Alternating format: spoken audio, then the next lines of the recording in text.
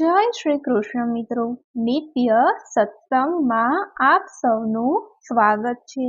આજે આપણે જાણીશું હોળાષ્ટક એટલે શું, હોળાષ્ટક દરમિયાન શું કરવું જોઈએ તથા શું ન કરવું જોઈએ તેની માહિતી। જો આ વિડીયો તમને પસંદ પડે તો લાઈક અને શેર કરી ચેનલને સબસ્ક્રાઇબ જરૂરથી કરજો। હોળીનો તહેવાર ફાગણ મહિનાની પૂર્ણિમાને દિવસે ઉજવવામાં આવે છે। આ દિવસે સમગ્ર દેશમાં લોકો એકબીજાની રંગો અને ગુલાલ લગાવીને હોળીનો તહેવાર ઉજવે છે, પરંતુ હોળીના 8 દિવસ પહેલા હોળાષ્ટક શરૂ થાય છે। આ સમયગાળા દરમિયાન કોઈ પણ પ્રકારના શુભ કાર્યો કરવા પર પ્રતિબંધ હોય છે। આ સમયગાળામાં શુભ કાર્ય કરવા પર પ્રતિબંધ હોય છે, જેવા કે ધર્મશાસ્ત્ર અનુસાર હોળાષ્ટક વખતે હિન્દુ ધર્મમાં જણાવવામાં આવ્યું છે કે 16 સંસ્કાર સહિત કોઈ પણ શુભ કાર્ય કરવામાં નથી આવતું, જેમ કે લગ્ન, સગાઈ, મુંડન, કર્ણવેધ, નામકરણ વગેરે।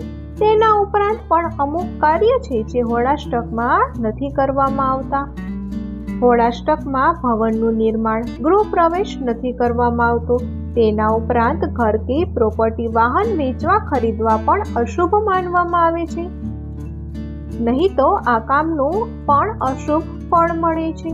હોળાષ્ટકમાં યજ્ઞ કે હવન જેવા ધાર્મિક અનુષ્ઠાન પણ ન કરવા જોઈએ, નહીં તો આ અનુષ્ઠાનોનું સંપૂર્ણ ફળ નથી મળતું। હોળાષ્ટકમાં નવી દુકાન કે વ્યાપારનો શુભારંભ ન કરવો જોઈએ, નવી નોકરી ચાલુ ન કરવી જોઈએ કે અન્ય નવા કાર્ય કરવા પણ યોગ્ય નથી માનવામાં આવતા। હોળાષ્ટકમાં સોના ચાંદીના આભૂષણ, ઘરનો સજાવટનો સામાન, કિંમતી સામાન ખરીદવાથી બચવું જોઈએ।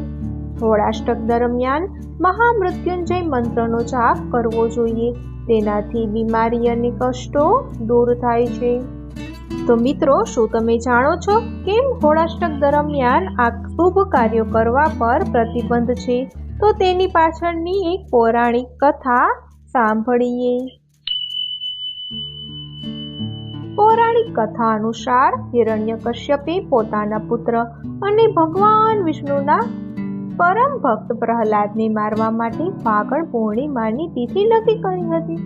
આ તિથિના 8 દિવસ પહેલા જ તેમણે પ્રહલાદને અનેક રીતે ત્રાસ આપવાનું શરૂ કર્યું હતું। હિરણ્યકશ્યપે પ્રહલાદને એટલો ત્રાસ આપ્યો કે તે ડરી જાય અને ભગવાન વિષ્ણુને બદલે તેનો ભક્ત બની જાય, પરંતુ આ ત્રાસ પછી પણ પ્રહલાદ પોતાની ભક્તિ પર અડગ રહ્યો હતો। હિરણ્યકશ્યપે હોલિકાને મદદ માટે બોલાવી। શાસ્ત્રો અનુસાર હોલિકા હિરણ્યકશ્યપની બહેન હતી અને તેને એવું વરદાન મળ્યું હતું કે તે ક્યારેય પણ અગ્નિમાં બળશે નહીં। આવી સ્થિતિમાં હિરણ્યકશ્યપે હોલિકાની મદદ માંગી હતી। હોલિકા પ્રહલાદને ખોળામાં લઈને અગ્નિમાં બેઠી, જેથી પ્રહલાદ બળી જાય અને તેને આપેલા વરદાનથી તે સુરક્ષિત રહી।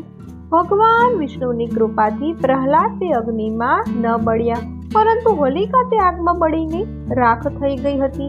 કહેવાય છે કે આ બધી ઘટનાઓ માત્ર 8 દિવસમાં જ બની હતી, તેથી જ તેને હોળાષ્ટક તરીકે ઓળખવામાં આવે છે અને આ જ કારણથી હોળાષ્ટકમાં શુભ કાર્યો પર પ્રતિબંધ છે। તો મિત્રો, જો આ માહિતી તમને પસંદ પડી હોય તો વિડીયોને લાઈક અને શેર કરી ચેનલને સબસ્ક્રાઇબ જરૂરથી કરજો। જય શ્રી કૃષ્ણ।